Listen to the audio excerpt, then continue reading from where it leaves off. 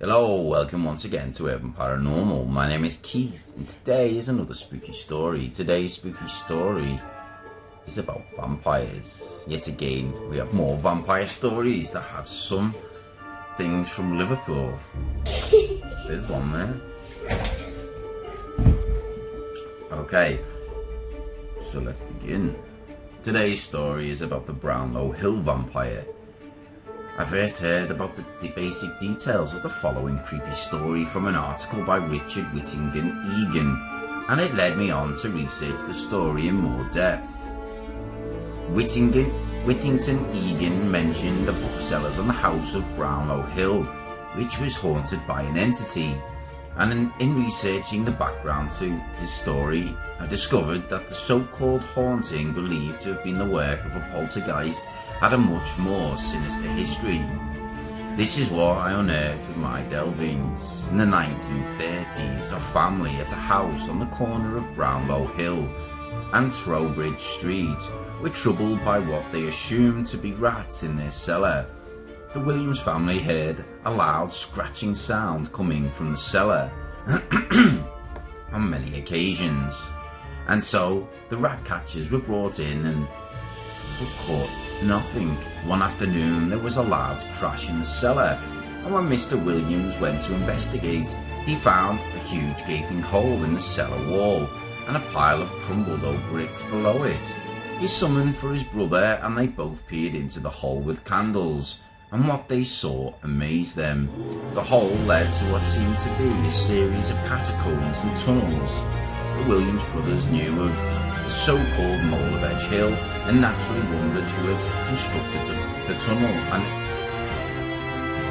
the Williams brothers knew nothing of the so-called Mole of Edge Hill and naturally wondered who had constructed the tunnels. They heard the sound of someone breathing heavily nearby and the faint sounds of footsteps. It sounded like someone large and heavy, and the brothers felt very uneasy. So they left the tunnel and bolted back into the cellar. During this time, both men could smell something very similar to the altar incense wafting from the tunnels. The brothers ran upstairs and locked the cellar door and told a policeman, who went to investigate the tunnels later that day with his bullseye lantern. And after a brief exploration of the subterranean passages, the constable returned shortly afterwards, white as a sheet. He told Mr. Williams that the substance was to blame, and that the so-called catacombs were just cellars. He advised him to get the hole bricked up again, and sharpishly, to relatives were bricklayers. So Mr. Williams arranged for them to do the job, but halfway through the bricking up, the men heard some strange sounds from the tunnels. They continued bricking up the hole as fast as possible, when suddenly something very powerful punched through the newly set bricks, scattering them everywhere. The bricklayers fled from that cellar as fast as their legs could carry them, and they refused to go back even to retrieve their work tools. Mrs. Williams refused to stay in the house alone, and when her husband went to work, because she thought she had seen a very tall man in black dart across the hall one day towards the cellar. Matters took a sensational turn when an old man in Trowbridge Street claimed that an old vampire was said to have his lair beneath Brownlow Hill. The man was much respected in the neighbourhood and was regarded as a very wise person. He remembered people who had gone missing from Liverpool workhouse, which stood on Brownlow Hill in Victorian times. A thing was said to come from under a slab in the bowels of the workhouse to seize women and children. Strangely enough, a man who ran Collins' bookshop on Brownlow Hill confirmed that there had been such a legend. Some had said that the thing was a ghoul. Others claimed that it was a vampiric being which lived in a labyrinth of tunnels and chambers under the city. One person in particular was said to know about the strange creature. He was Thomas Whiteside, Catholic Archbishop of Liverpool.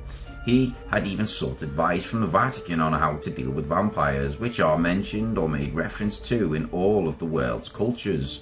The eating of the body of bread and drinking of wine for blood in the Christian Mass is thought to echo a much older ritual which had vampiric origins. There were stories that the Archbishop Whiteside had tried and failed to defeat the thing in the tunnels. So now we move forward to the mid-1960s. The Metropolitan Cathedral was being built on the site of the workhouse, and the crypt beneath the cathedral was being visited by vandals, mostly from Paddington Gardens and a Bullring tenement.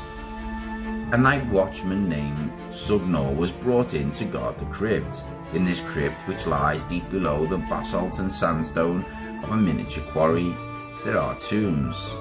There's a vaulted chapel, the Chapel of Relics, and inside there are 3 large tombstones claiming the mortal remains of the former Archbishops of Liverpool, Thomas Whiteside, Dr. Richard Downey, and Dr. George Andrew Beck. These tombs are sealed by gigantic rolling stone, shaped like discs. It weighs 6 tons and requires machinery to roll it open. One hot summer evening, the night watchman Sugnor went into the crypt with his Dansette radio and his sandwiches. He sat down in a corner near a small window which hadn't had glass put into it yet, and he was unwrapping his sandwiches when he felt the ground shaking. The giant disc-shaped stone was moving, turning slowly clockwise until a black gaping hole appeared. From this gap walked an abnormally tall figure in black, who slipped into the room where Sugnor was on duty. The figure was insubstantial, like a shadow or silhouette, and it was heading straight for the night watchman, Sugnor. He couldn't run for the door because the terrifying figure was in the way, so he turned, and in sheer terror and in desperation, he tried to scramble through the small hole where the window pane was yet to be placed.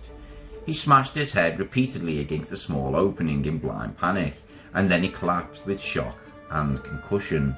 When Sugnor woke up, the lights were off in the crypt, and he felt his way to the door. His hand trembled as he tried each key to unlock the door, and as soon as it opened, he ran for his life. He was later treated for a fractured skull on the Royal Hospital on Pembroke Place. Sugnor never returned to his old job, and the authorities blamed vandals for the minimal damage to the crypt, which was subsequently resealed. Stranger still, that very same week, there was a series of grave robberies in the cemetery of the Anglican Cathedral. All the robberies took place in supposedly impenetrable tombs. Strange men and women in black had been seen in the cathedral cemetery that week, and police even went to the trouble of visiting schools in Edge Hill and Toxteth to advise children to avoid going near the cathedral on their way home. Considering this vast subterranean legacy of the Mole of Edge Hill and other uncharted tunnels of Liverpool, could the Brownlow Hill vampire still be at length beneath our city streets? Who knows? I have a fascination with these tunnels, and hopefully one day I'll be able to find a way in to possibly explore or get more of an in-depth talk about them. Anyway, I hope you enjoyed today's story. If so, please leave a like and subscribe if you're not already done so. Take care and see you in the next video.